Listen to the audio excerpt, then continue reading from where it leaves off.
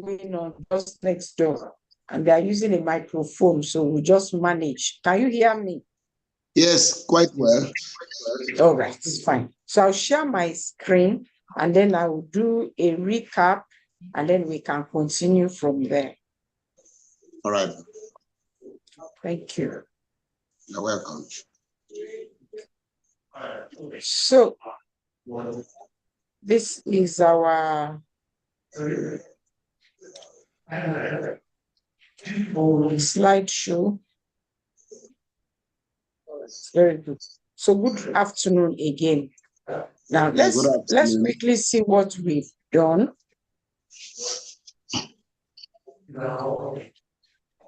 We tried during the last class to look at what is generally agreed as social work, what is generally agreed as advocacy in social work, campaign in social work. Then we also looked at the principles of effective social work, advocacy and campaign. We looked at the types of advocacy in social work. We looked at key matters, key aspects of social work, advocacy, and campaign. Now, today we want to look at, do we have any questions from what we did during the last class? From looking at the recording again or listening to the class again, do we have any issues we want to raise? It could be experiences, it could be observations. Do we have any we want to look at? Okay, if we don't have any, let's just go on to look at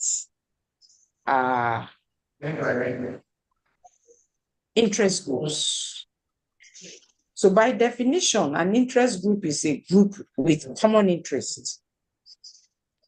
It is organized. It has the goal of influencing government policy. So it's an interest. We have an interest in it. It is a group of people who come together because they have a common interest. And again, we can say that there's a popular view and there's a traditional view.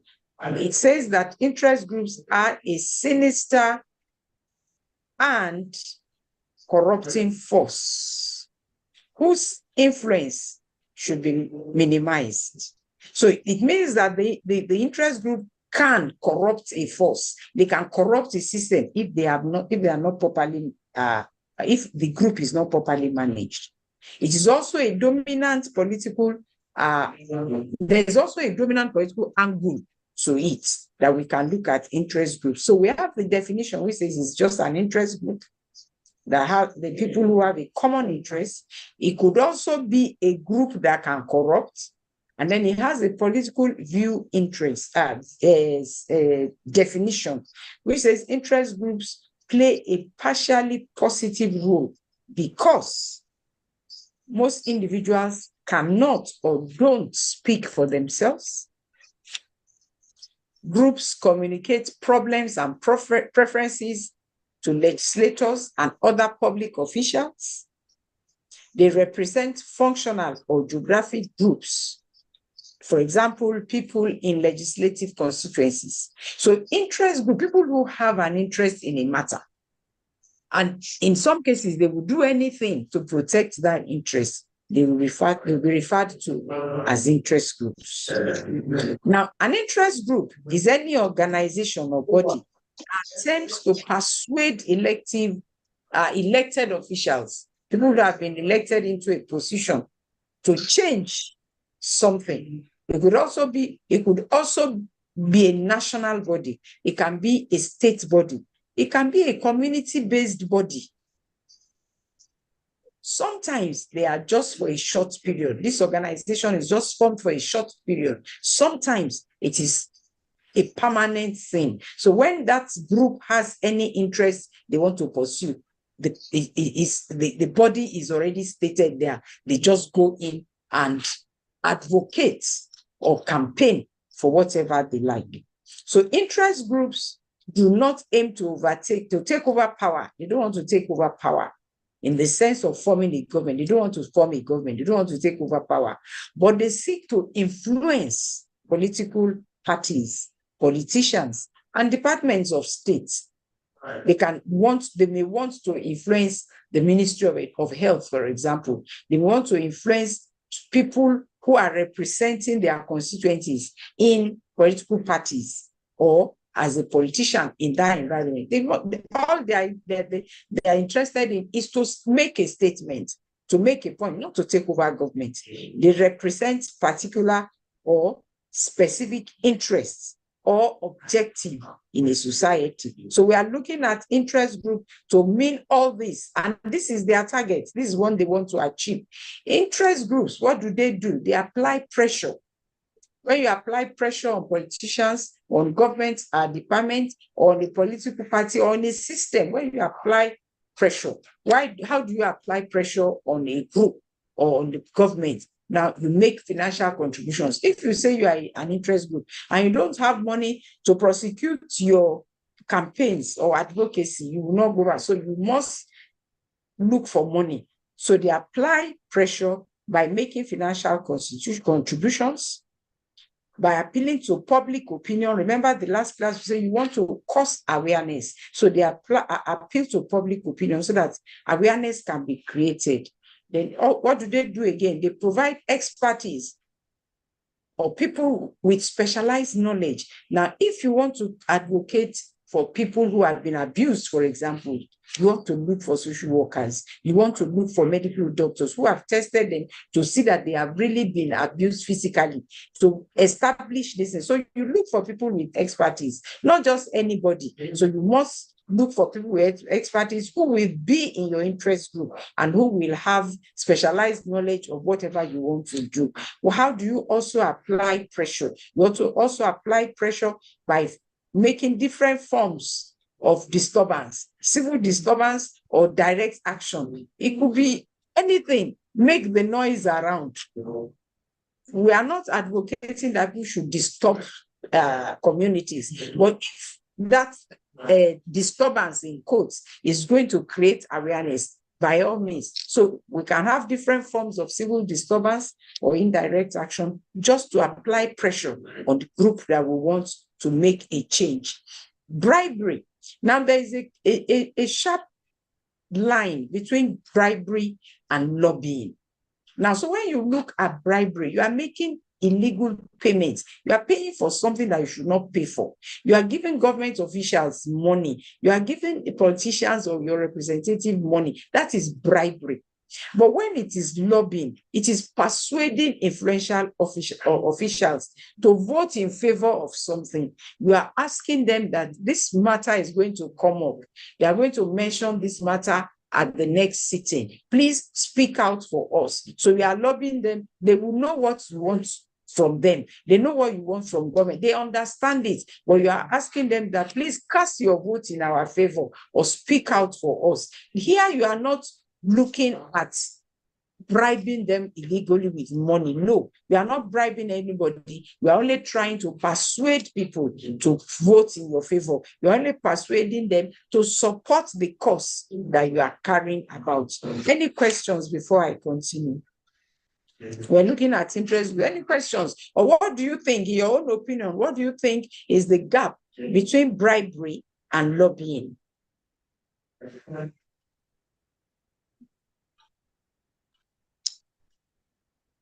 Bribery. Yes, ma'am. Bribery involves lobbying with money. Why? Okay. Is to persuade people to keep to your interest or your opinion. So when we talk about bribery, it involves money. You want to lobby, but you are paying for your lobbying, and which is not acceptable. So bribery is not acceptable. If you apply pressure with bribery and you pay, who is going to pay for what you have paid for? Is it the community people or the people who cannot even speak for themselves? Or is it you that you are going to use your money to do it? So we are not advocating for bribery. We are suggesting that instead of bribery, let us lobby. I agree with you, Mrs. Sime. I agree with you there. Any other contributions? Bribery. Yes.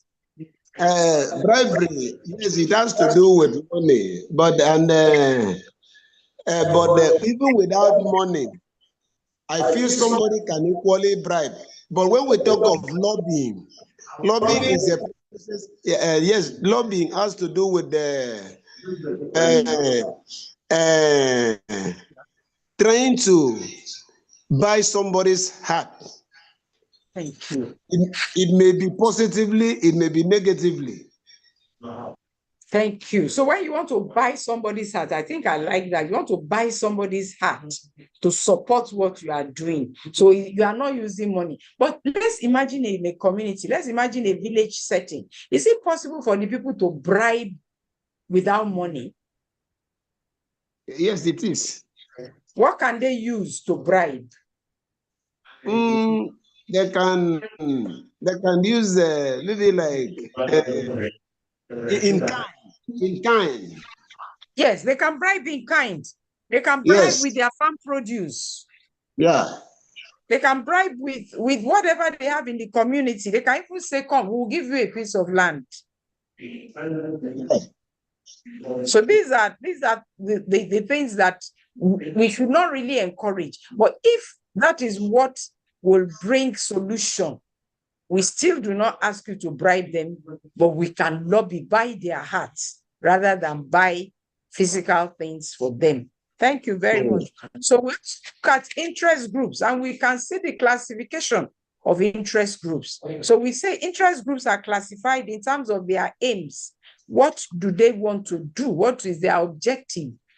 So when you set up an interest group, it could be one. It could be a protective interest group. So the classification is protect. What is to defend the interest of a people or a section of people in the community. That's the idea.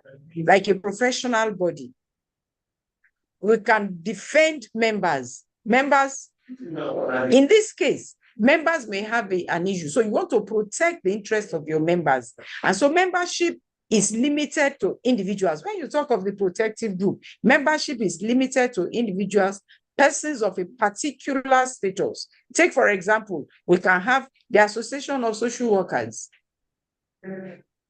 It's a particular thing that they want to do. So it's the interest of the workers that are social workers that are protected. So membership is there. That is a protective type. Then you can have the promotional type, which is to support a particular cause and do not guard the interests of a particular social group. Not a particular group, but it's a particular cause in the community. It can be a particular cause in a street, and you just want to do that. So what do you do here when you have the promotional one? Membership is potentially larger than and more varied than what we have at the protective. The protective group is a particular group of people with a particular status, with a particular kind of education, with a particular kind of training. So it is that. But when you are looking at promotional one, it is broader, it is bigger. And can we have examples here of these types that we have mentioned? What are the examples that we can have?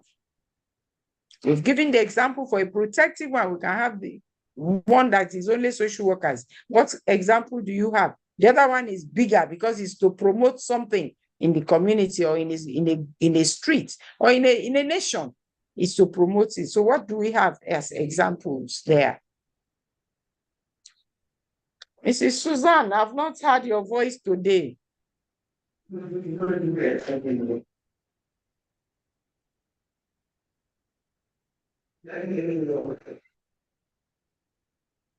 What examples do we have?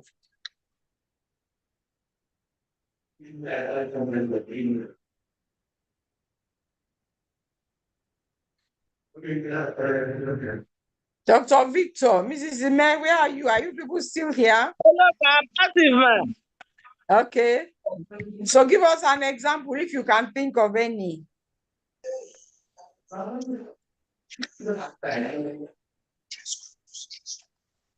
Hello. Yes, I'm listening. For instance,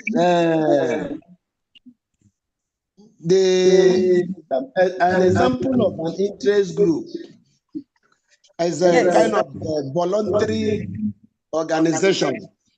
Okay. Voluntary organization That will be a participation. promotional one. They can decide to Yes, help a group of people, so it's promotional. it's promotional. Mm.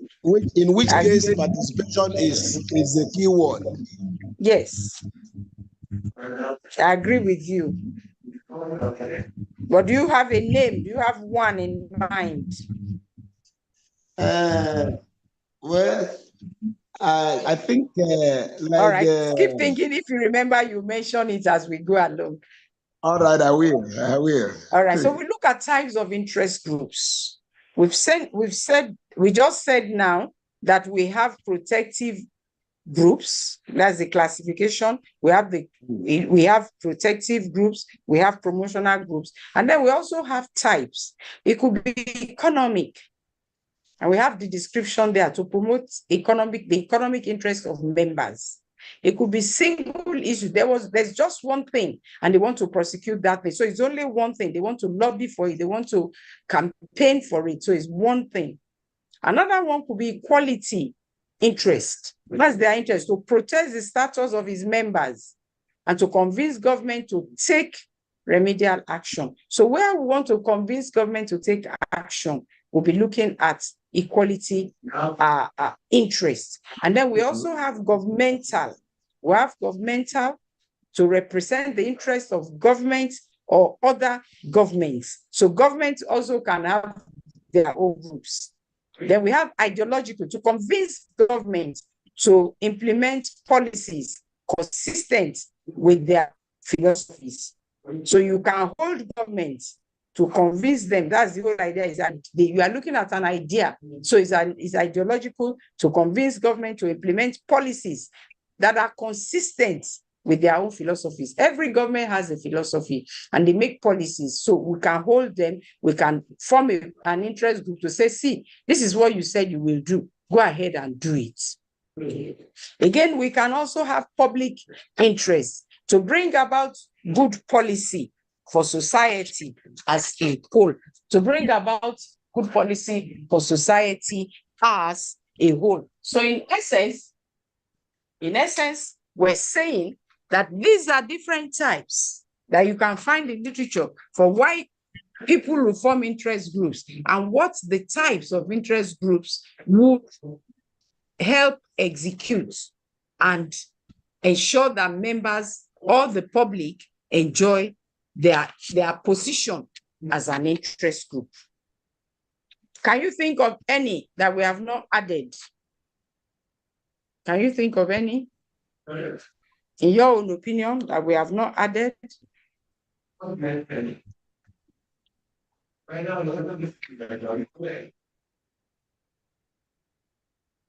Can't think of any for now.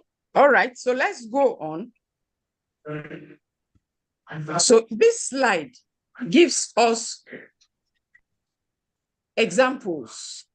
So if you look at the economic one, for instance, it looks at trade interests, work for the interest of those involved in this area. We have labor unions, we have business organizations, we have industries. Now, if it's public interest, what will it be looking at? Public interest will be looking at environmental. It will look at equality with people and around people. It will look at consumer rights. Public interest could also look at, it may not be stated here, could also look at citizens' rights, not just community rights, but the rights of the citizens, and then work for the collective good of the people. And then you can have the single issue. The single issue is to fight for the interest of one specific matter, just one thing. We can say that it is health. It could be on mortality. For example, it could be anything. You could just say that it looks like 10-year-olds are dying. Let's look for the cause and then put pressure on government so that they can make a policy to come out with something that will make this thing not become a problem to us as a people. So the interest group can take it up. So the voluntary organizations can then decide Any voluntary organization can then decide to stand up for the voice for these people to speak on their behalf and to show interest with them and support them in whatever they are doing. So you could have bodies who will be interested in the different areas that we have mentioned. So what are the functions of interest groups and the description of their functions? So if you look at this slide that we have there, you have inside lobbying, you have outside lobbying. Then you will also have monitor government programs. So it could be anything. If it's inside lobbying, this is direct contact with policymakers. So we are looking at the people in our houses. We are looking at the people and saying, what is the legislative testimony that they have? What assistance are they giving in writing bills and in presenting our bills? So here we are looking at direct contact with executive agencies, those who really matter when it comes to policy making. So it's direct, so it's inside lobbying. You reach them directly and work with them directly. Outside lobbying is indirect methods to influence decisions. So when you do outside lobbying, what are you doing? You are educating members on key matters. You want to increase general public awareness on key matters through the media. You want to organize and coordinate grassroots lobbying. You want to engage in the political process to elect supportive candidates. You want to also donate. So you are doing it from the outside. You are not working there, but all these things you are doing, raising awareness, educating people, raising money, donating, these ones you are doing from the outside. And what is the other one? Monitor government. So you want to evaluate the effectiveness of government. And then what do you want to do? Also, you want to suggest changes. So when you look at the functions of interest group, you see that you can work from the inside. You can also work from the outside. And you can also do monitoring of government matters, of government spending, of government activities. In most communities, we have budget monitoring groups who look at what government said they want to do for us in health, in education, in social welfare, and they monitor these things and then see and ask questions, evaluate whether they have really done this. And then when they have done their evaluation and monitoring properly, they make suggestions for changes. Do you know of any bodies around our communities that evaluate or that monitor activities? Do we have any around your local government? Any bodies, different kinds, that monitor or evaluate government activities or programs? Do you have any in your local government that comes to mind now, and what do they do?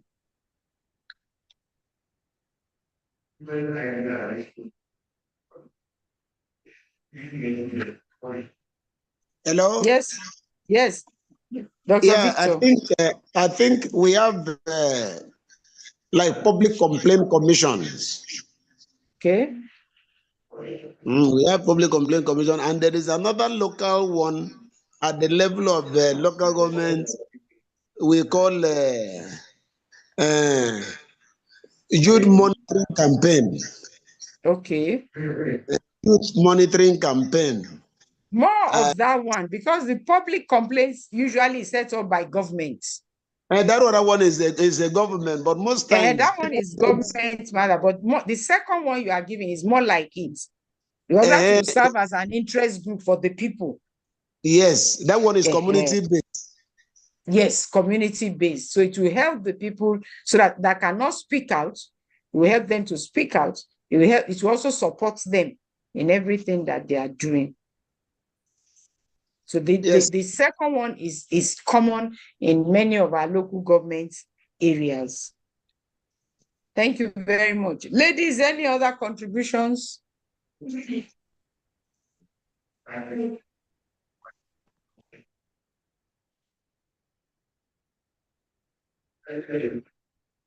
All right, since we are not getting the ladies to talk, let's continue. Now, the functions of interest groups, as we continue now, you see what we have here on this slide. To provide the average citizen with an avenue to access activism. People want to talk, but they don't know how to do it. So when you educate them on public policies, public matters, when you educate them, they now understand. And the average person now wants to join. He wants to act and then put his voice so that things can be better for them in the community. You also do, when you do use interest groups, when you are an interest group, or you are a member of an interest group, or you support a body that is an interest group, you also mobilize citizens and stimulate them to participate in political affairs. So it is not just government that will be waiting for them to do things, but you also can, as an interest group, can help members of the community to participate in government activities, in political matters, to participate, to ask questions, to say that why is this thing not working? Or when there's a problem, they can raise their voice even at the primary level. Again, to participate and perform electoral activities. Many of our people don't do political matters. They say, I'm not a politician. It's beyond that.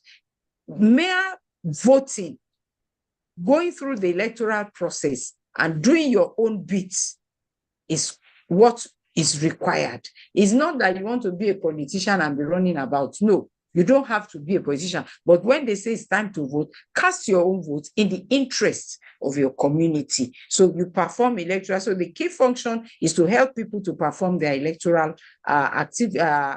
responsibilities. It's also to provide information and expertise to policymakers. So when you know what the people want, you can then tell policymakers that this is what our people are seeking for, and this is what we are helping them to speak out for. It can also be a function to protect the common good of the people. So when you do work as an interest group, you are protecting the good of the people, which is common. Everybody will enjoy it. And then one of the functions also will be to be an integral part of the government system that will serve as check and balance.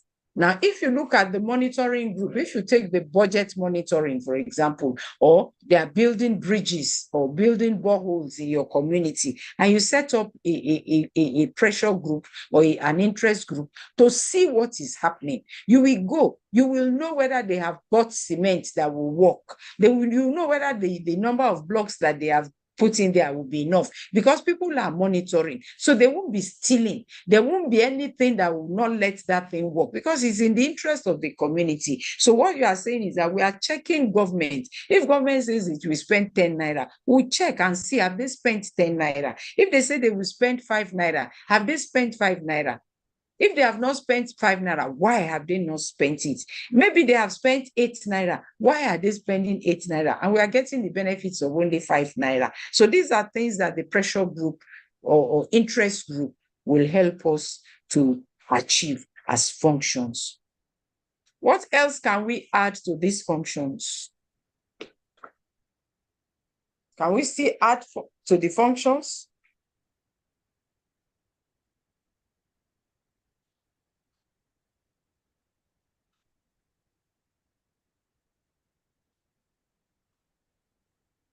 Are you still there with me?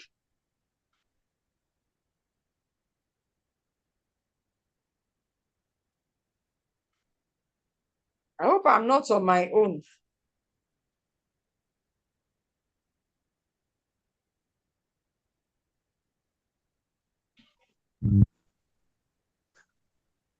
Is it Susan? Yes, ma'am. I'm All active. right, thank you.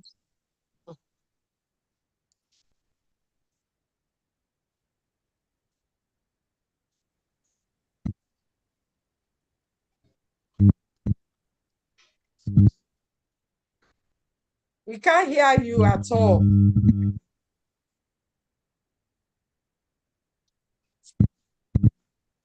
If you have a contribution and you think we can't hear you, you can put it in the chat box. We'll look at it later. Okay, ma'am. All right, thank you. You can drop it in the chat box. We'll look at the chat box later. All right. What else do we have to look at now? Elements of social campaigns. So when we are looking at campaigns, what are those things that we are looking at? These are elements of social campaigns. Optimize social media profile. We set a goal. We choose the right platform. We make strategic postings, and then social analysis and analytics and analysis, as the case may be. So let's look at them one by one. One, the first thing is to optimize social media platform. Now, everyone works with these days. And so what do you want to do? Now, the social profile should have a clear biography and should be linked to your organization. It should be linked to your body. You should be linked to that group that you are. So you must have a branded profile. You must have a picture. So it's not just blank. People want to see what you are doing. Even from the pictures, from the very beginning, people want to see. If you put the wrong kind of pictures, people will switch off. So you want to look at it properly and put the right profiles, you put the right pictures, you put the right headings so that you can capture the hearts and the minds of people so that they'll be able to look at what you are about to do or what you are doing. The next thing to do there is to set a goal. So when you want to have a campaign, you have done the media, you've done your proper media work. The next thing is that you want to set a goal. Every campaign needs a defined purpose. What is the goal of your campaign? What is the goal of is it to create awareness? We must know the goal of your campaign. So you must have a goal. So set a clear goal. Then choose the right platform. What kind of platform do you want to use? Is it Facebook? Is it Twitter? Is it Instagram? Is it any of this? Or you want to do TikTok? You want to do any of this? Or you want to do a mixture of them? You can use more than one. You can use all of them, depending on the resources that you have. If you have people who can work these things out for you, why not? You can use them. In every community, you have people who know how to use Facebook, people who know how to use the Twitter, people who know how to do TikTok. So you can use all together, but choose the right platform. Remember that all the platforms may not work for you. So choose the one that is right and the one that will work for you. Then you look for a strategic time to post. Campaigns should never bombard followers with promotions. So you have to be strategic in what you are going to do so that whatever you are bringing out is the content that is of value. It's not just anyhow content. So you have to be strategic with your posting. Are you going to post it every other day, or you are going to post it once a week, or you are going to post it every hour? If you post it every hour, would the people not be overwhelmed? So you want to consider all this so that you don't overwhelm people and they get discouraged because you are just bombarding their phones with messages from you. So you want to be strategic with your posting. And of course, the next thing is that you want to utilize all that you have gathered in terms of analysis. Whatever you have, you want to use them properly. So you use your data directly. You use your data that will inform the future. You use your data and track whatever you are doing. So whatever you are doing is properly tracked, is properly posted, is on the right platform, and you are using the data as agreed by your organization, as agreed by the details of your goal.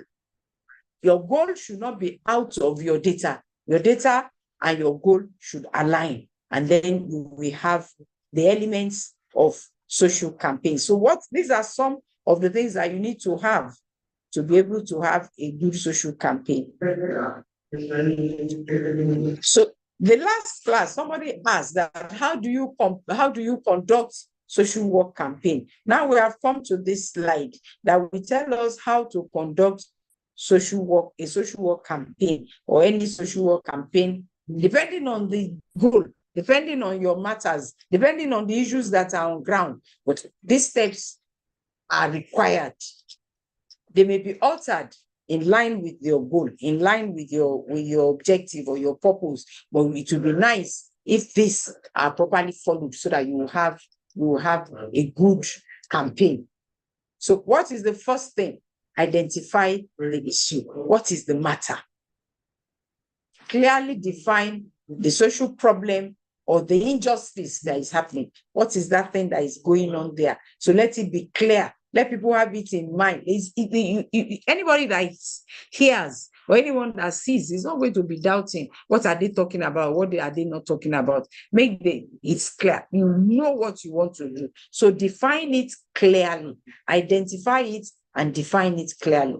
2, research and data collection. Here, when you want to do what you do here, you gather facts, testimonies or testimonials, and then you gather the stories to support the cause. Sometimes you want to talk about something that is not right in the community. You bring an example of somebody who that thing has happened to in the negative. Is a story. You bring the facts. You bring the facts together and say, this is what we want to do. And you want to say, this is the amount of thing that is happening. These people are being cheated. These people are marginalized. What is it that so you must come up with correct stories. You must come up with correct facts, because if your facts are not correct, people will fault it and they will not listen to you. The next thing you want to do is you want to set the objectives. Now, the issue is very clear. You have identified it. What are the objectives? So define your objectives clearly and make sure that your objectives are measurable. That at the end of 5 weeks, would have achieved this. At the end of 6 weeks, at the end of 2 months, would have achieved it. So you can measure to say that this is what we have achieved. So you must set objectives that are measurable. The objectives are not just going to be open-ended. No, that we must know that we have done something. How can we measure it? So the objectives must be measurable. Your objectives, remember that when you have a goal, you must have an objective. Or you have a goal, you will have objectives. How do you want to do it? What do you want to see at the end of the program, at the end of the campaign? You want to touch government, you want to touch communities, you want to make things better. So all this you state clearly. To change community, in what way? If you just say to change community, it's too open, it's too broad. How do you want to change community? So you state it by seeing boreholes, or by seeing clinics, or by having a social work attached to every household, something like that, depending on what your goal is, your matter is at the initial stage. So you must have a goal. What do you want to achieve? How do you want to achieve it? So you have the objectives that will tally up. So you develop a strategic plan. Decide on the approach. Decide on who is going to do what. What methods are we going to use? Remember the slide before, we talked about the different things you can use in media. Are you going to use mouth to mouth, person to person, or are you going to use big media, or you are going to use floats, you are going to dance around communities? Decide on the strategy and then the plan with which you will carry out the objectives and ensure that you have objectives that can be measured at the end of the day. And then another thing you want to do when conducting social work campaign is to do what? To mobilize resources. You need people, human, you need money, you need materials. So all this you must mobilize. You cannot do it alone, we said the last class. So you need people who will help you. Some will have the technical knowledge. Some will just be the ones to be clapping about. Some will be the ones to be carrying water. Some people will be the ones to supply you the water, the material. Some people will be the ones to give you the money that you will pay for the floats, where you will pay the media houses. So you need to mobilize resources. Then once you have mobilized resources, remember that the issue is clear. You have collected facts you want to use. You have set clear objectives. You have developed a plan. You have mobilized resources, and then what do? You implement the activities. Is it a workshop? Is it a rally? Is it media outreach? Is it to write petitions? Or is it to visit the house and go and make noise in front of their gates without disturbing public peace? Whatever you want to do, implement the activities. And once you have done that, you monitor and evaluation your progress. What have we done? Have we made any impact? These are things you, and then the final thing you want to look at there is sustainability. Can we sustain what we have done? Plan for continued advocacy beyond the campaign. Now, sometimes you have done a campaign, the noise has been made, people have had. You cannot go back home to sleep. Now they have become aware. Are you going to kill the awareness? No. So you must think of sustainability. What do we do? The next thing that we'll do. So these are things that are required for you to conduct a social work campaign. So if you look at the steps, these are the different steps that we have in this slide. So you identify the advocacy matter. What are the root causes? What are the evidences that you have? Is it evidence-based? Most times we must use things that are evidence-based. If you don't have evidence, nobody's going to listen to you. The second thing is that you develop the advocacy goals. First thing, identify. That's the first step. You identify advocacy issue, the root causes and the evidence. The second thing is that you develop advocacy goals and objectives. The third thing is that you define the matter and who are those that will be influenced and who will be the influencers. The fourth one is that you identify opposition.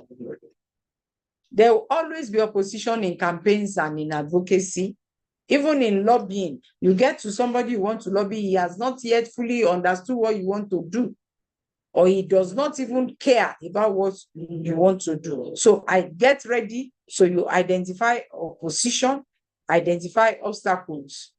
Then the fifth step is that determine advocacy strengths, determine the limitations, and determine who is going to run with you, the partnerships that you build. Who are those that you, so you determine all those. Number 6 there is that you create advocacy approaches and activities. How do you want to do it? You create them, you work them out, and then you craft advocacy messages. Now, in crafting advocacy messages, you don't want long sentences. You want things that people will just see and catch. It will like wash your hands. Send child for immunization. Make the advocacy messages catchy so that they won't have to waste time with reading and reading and reading before they understand what you want to do. And the 8th step is continually measure advocacy progress and apply adaptive management best practices throughout the life of the campaign, throughout the life of the advocacy, until you get the results. You just continue to monitor your progress until you come to a place where I say, okay, policy has been changed. We have finished this one. We can then begin another. Do we have any questions here on the steps? Do we have any questions?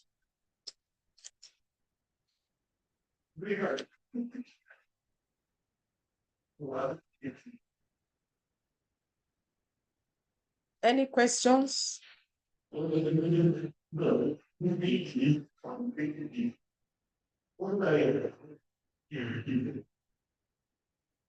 All right, we'll continue. So how do you plan? Yes, doctor, you are going to say something? Yes, I very carefully we have listened to you really, and you've been so interesting. But I want to ask a question. Yes, please. We have really considered providing experts' testimonies and lobbying as a medium or as a strategy. But Yes.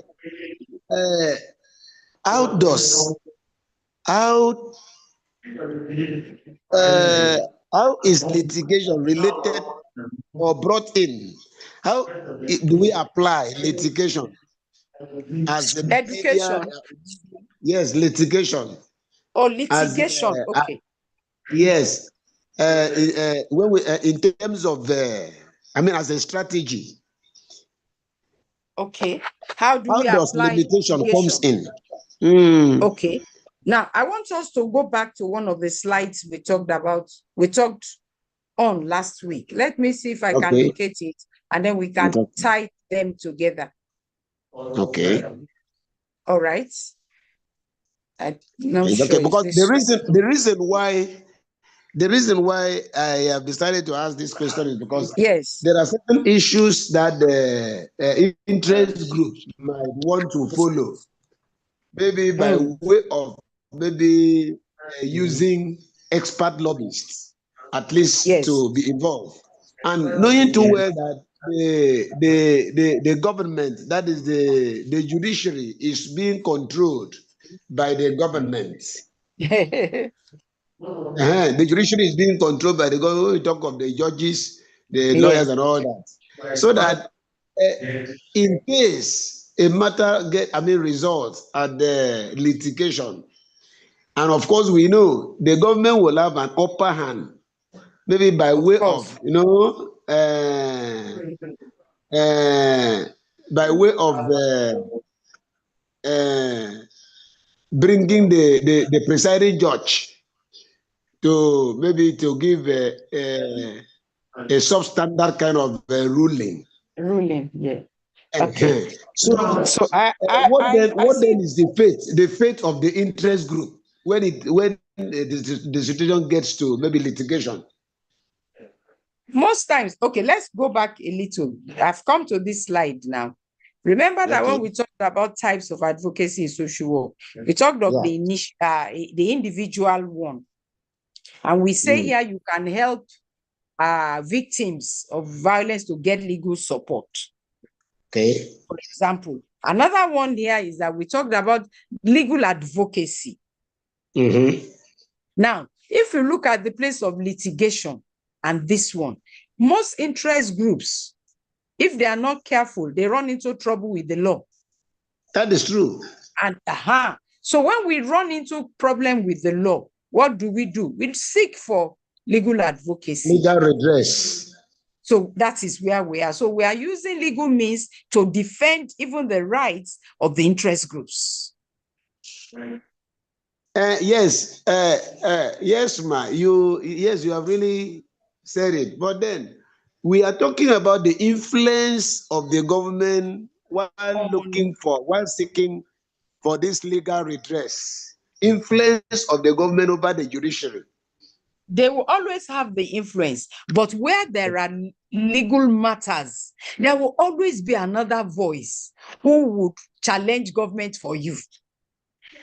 Okay. So you can always look for that legal means. You see, government has its own powers, but it's not. That's why there are checks and balances. Yes. We also have legal people who champion the cause of the downtrodden. That's their business. Where government chooses to use its power, there will always be the legal means. We take government to court. Yes. That is not to say that we know. Yes. But it can be done. You can challenge government. Sometimes government loses and they backpedal. Sometimes but most times they will not backpedal and then we will lose. But again, let's not look at the worst case scenarios. You can always take government to court. If you have proper legal advocacy bodies who will stand with you, who will speak with you, then who will speak for you and for the community, you can take government to court. So let's look at the worst case scenario where we are always losing on the side of government. Yeah. Always losing to them. No, let's look at the situation where I'm trying to think of an example where people are taking government to court and they have won.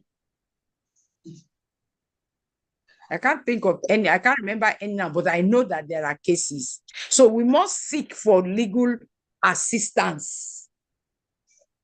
There are bodies that. I think one of such cases, I don't know whether the case of Senator Natasha can be cited as well. And we don't know whether is it the kind we are talking about?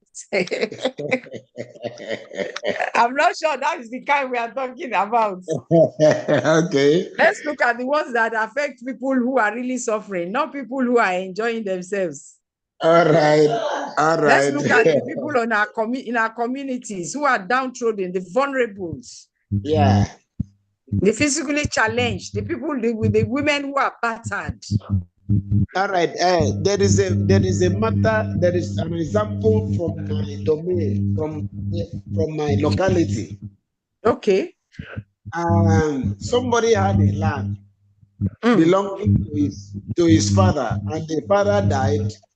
In fact, it is a kind of a plantation. Okay. Okay, palm tree plantation. Yes. So the government now decided to come and use that area, and the compensation given to the young man to him is not enough. And he has been looking for doing everything humanly possible to make the government see reasons at least to increase the compensation, but the government will not do something about it. So until the young man got to a barrister. Yes. And the matter was taken to court. Okay. At the point, the sitting judge, the presiding judge, at the end of it all, who seems to have had a very good mind and soft spot for the young man. All of the sudden, the matter was being influenced by the sitting governor. And as we speak now, the matter just went off like that. But at least the boy has been compensated a little.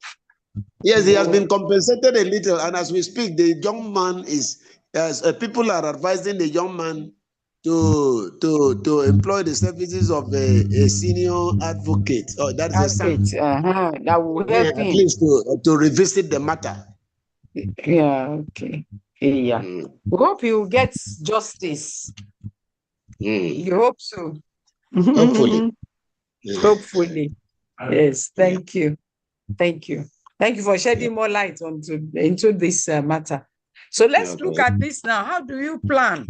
This is what we have just looked at. So how do you plan campaign? We have 9 steps here that you can plan how to plan a campaign and prosecute it.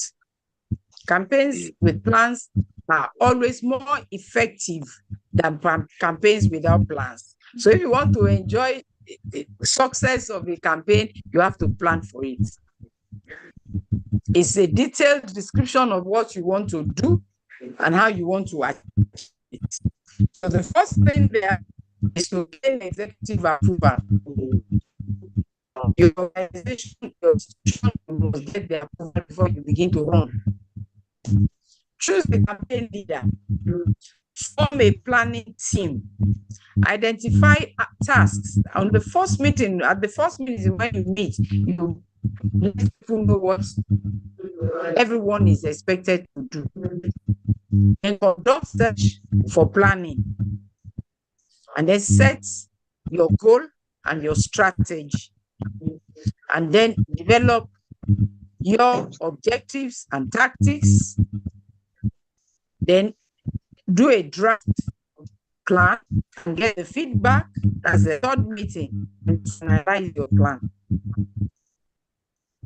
So once you have finalized your plan, remember this one is how to plan a campaign, the 9 steps to plan. You have finished your plan. What do? You have finalized your plan. You are happy with the plan. What do? You launch out. And then you begin the campaign. So in going about this, what do you need? You need tools, you need techniques. So what are the tools? You need lobbying. You need public speaking forums. You need media engagement. You need networking and partnerships. In some cases, you will need letters. You will need petitions. You will also need testimonies. You will need storytelling. Let people come and tell their stories. Or let people come and tell us what happened to them as testimonies. And if it is nice, we can also have testimonials. If it's bad, we can also have. So you need the tools. All these tools, you must have them to be able to carry out campaigns and advocacies in social work.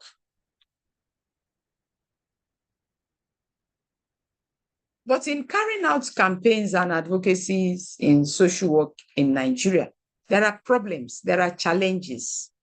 What are some of these challenges? I'm sure we can still name more. And then if you look at this slide, the 1, 2, 3, 4, 5, the fifth one is the legal barriers that we just talked about.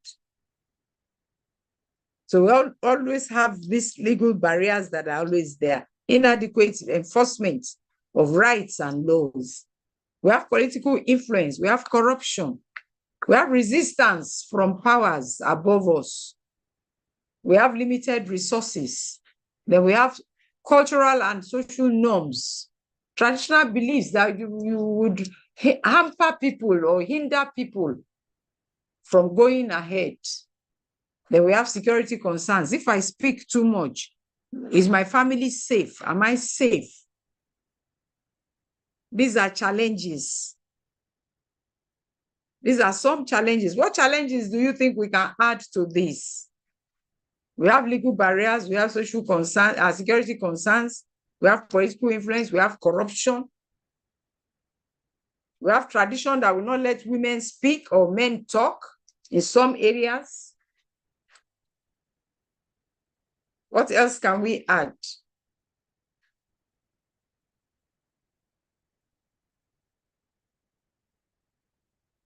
We have limitation with resources.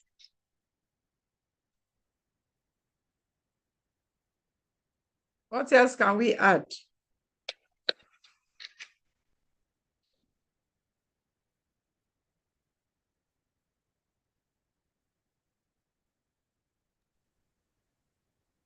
Financial challenge. Yes, another challenge, financial, yes. So we can put that under limited resources. So people have financial challenges. You want to go and do some program, you don't have the money. You want to hire a truck, you don't have the money. You want to hire drums, you don't have the money. So there is a financial challenge. So it's limited resources. People have a challenge for us in Nigeria. Yes, what others can we add?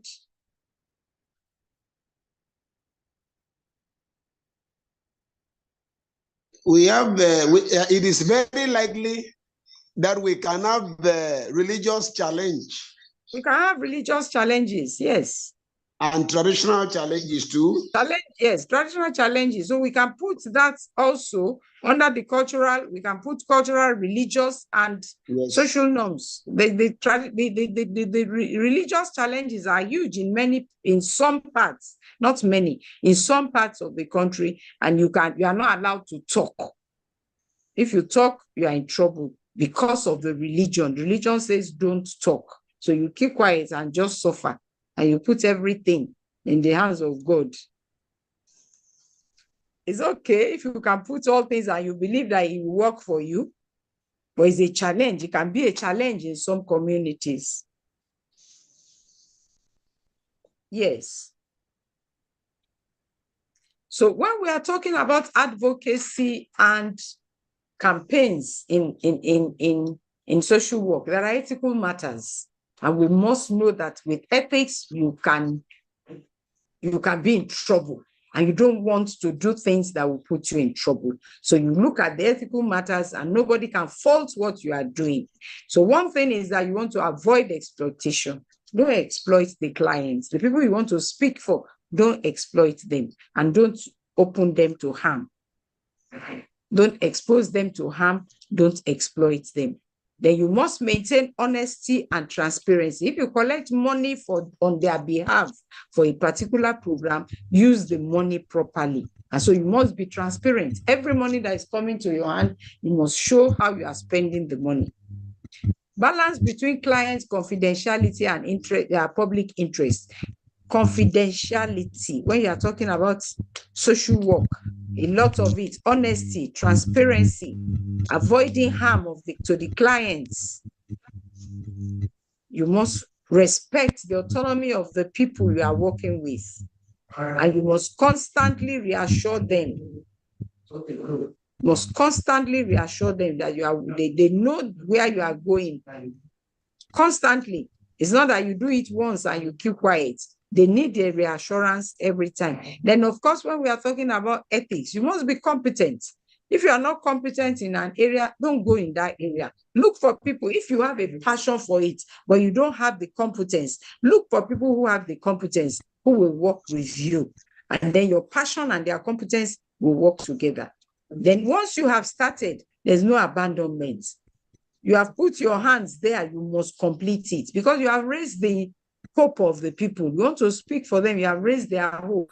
But because of a few challenges, you run back. No. So once you have started, there's no going back. You must come to the end of it, so that the people you say you are representing will have a result from what they have put their minds to, and that you have whet their appetites. Remember, they had a problem. They didn't know how to go about it. But you have come to them to say that, see, we know how to do it. Then you want to go back after a few months. No, you must carry it to the end. Another thing, as an ethical matter, is to ensure that you have financial support. Financial support lack of financial support can lead to abandonment.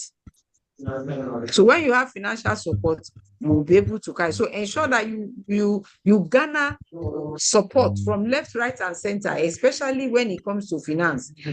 Advocacy campaigns always demand finances. So make sure that you get financial support. What else can we see from the social work angle? What can we add there? One thing has come to mind is the empathy. You must put that in. Put yourself in their position. Not only sympathy, but put yourself in their position, and you are speaking as one of the people, not above their heads, not above them, but you are speaking as a member who is affected by this. You are running for them, but you must see yourself as a member who wants to ensure change, who wants to see good in the community, who wants to see a change in policy, or who wants to direct the life of the people properly, or that the lives of the people may be properly directed. It's not you that you are directing their lives, but you want their lives to be directed properly with their own hands, by themselves, and they'll be able to work with it. So ethical matters, these are some of the things that we need to do. Any questions or contributions? Any questions or any contributions?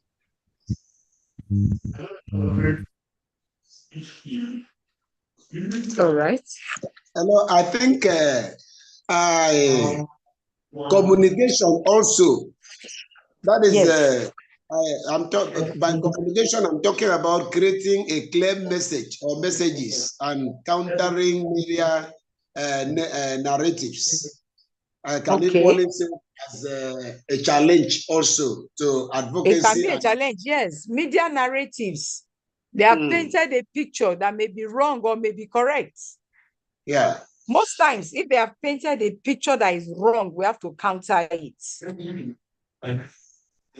I agree with you. So it's a challenge. Sometimes the media presents a wrong narrative for us.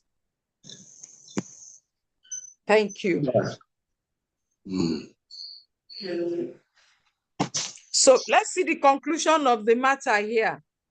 Advocacy and campaigns are fundamental to social work practice, particularly in Nigeria.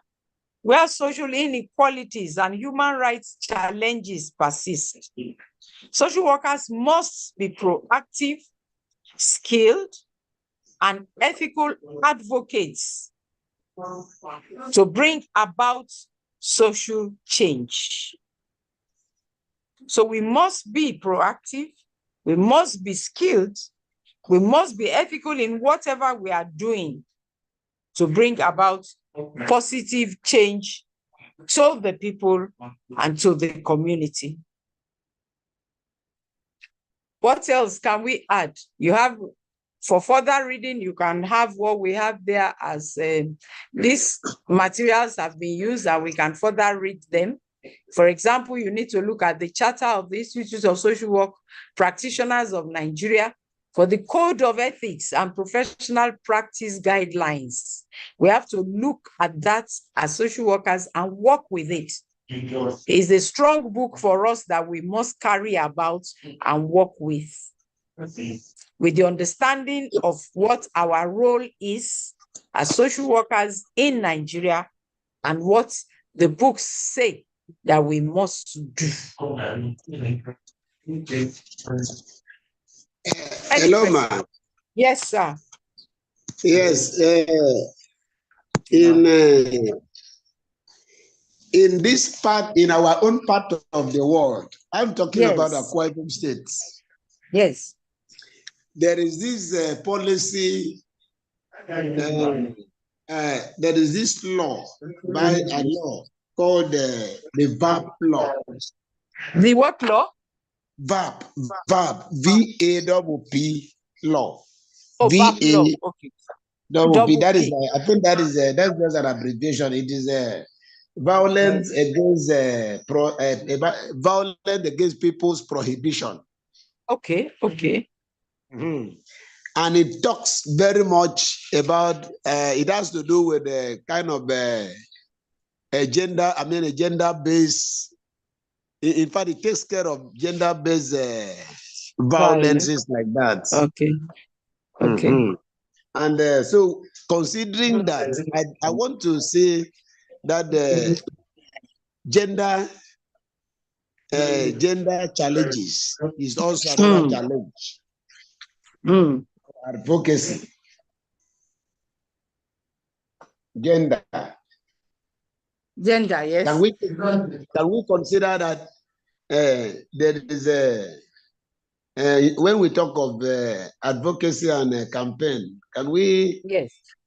Should we believe that there is a campaign, there is a challenge that has to do with gender equality? Oh, there is. We have big problems with gender inequality in our country. Mm-hmm. Because there are so many things that that we put against the woman, and some we put in favor of the man. But you see, when it comes to domestic violence, some men are suffering. It's only that from statistics, we see that more women suffer violence. But men also are suffering in some other ways. Some men, their wives beat them up every day before they go out. Too much. And they are there. Too much.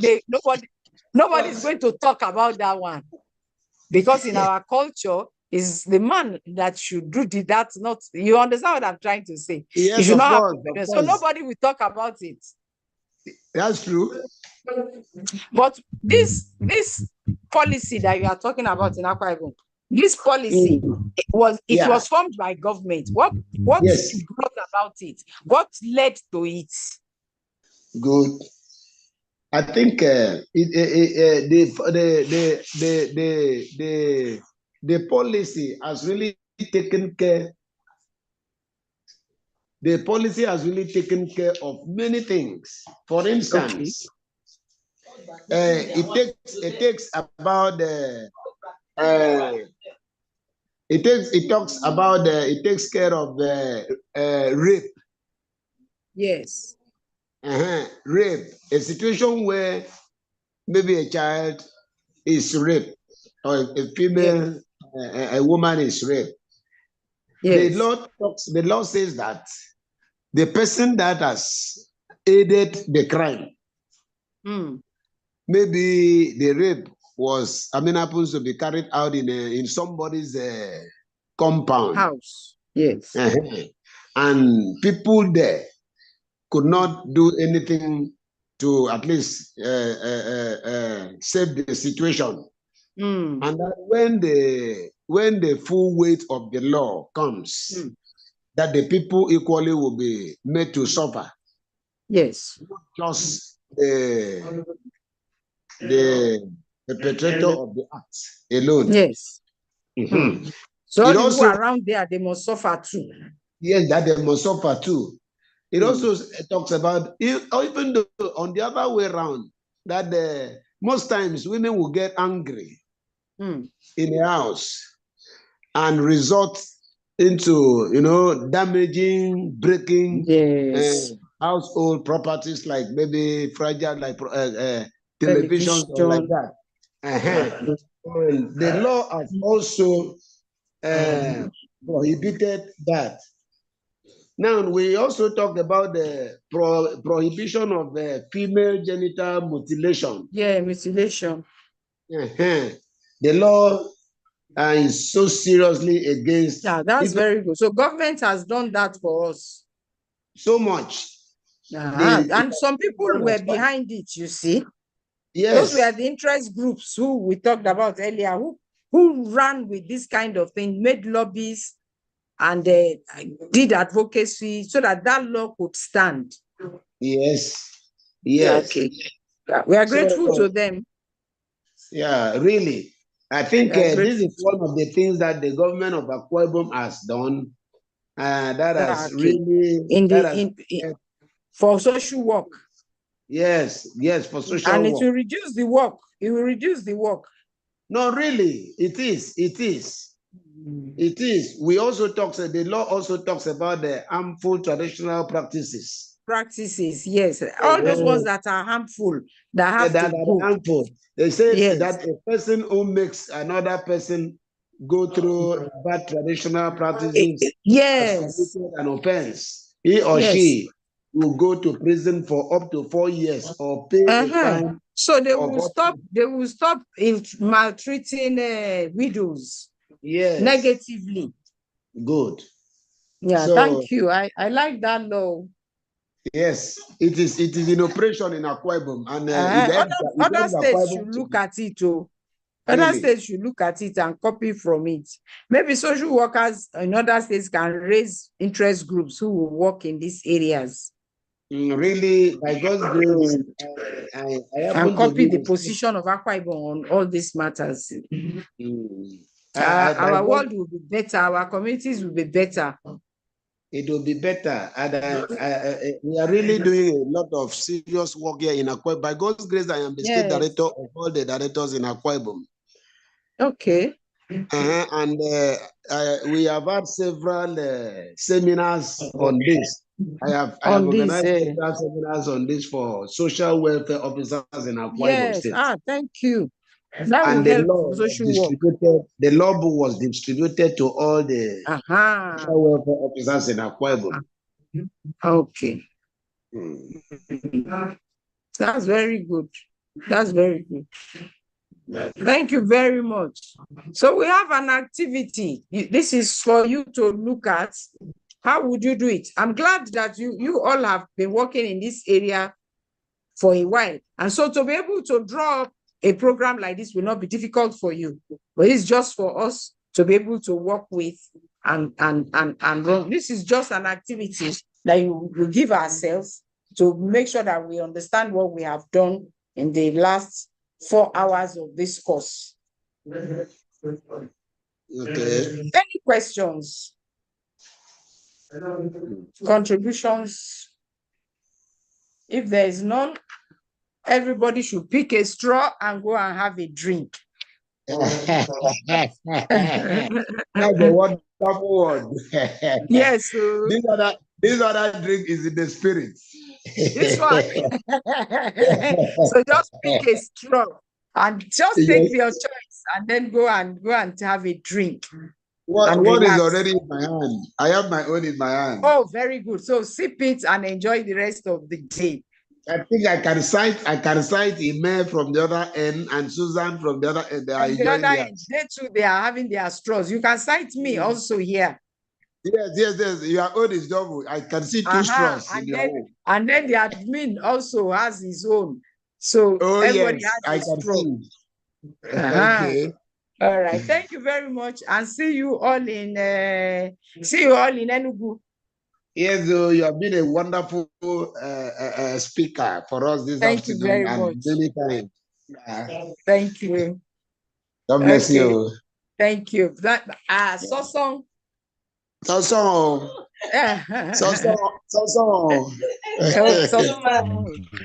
All right.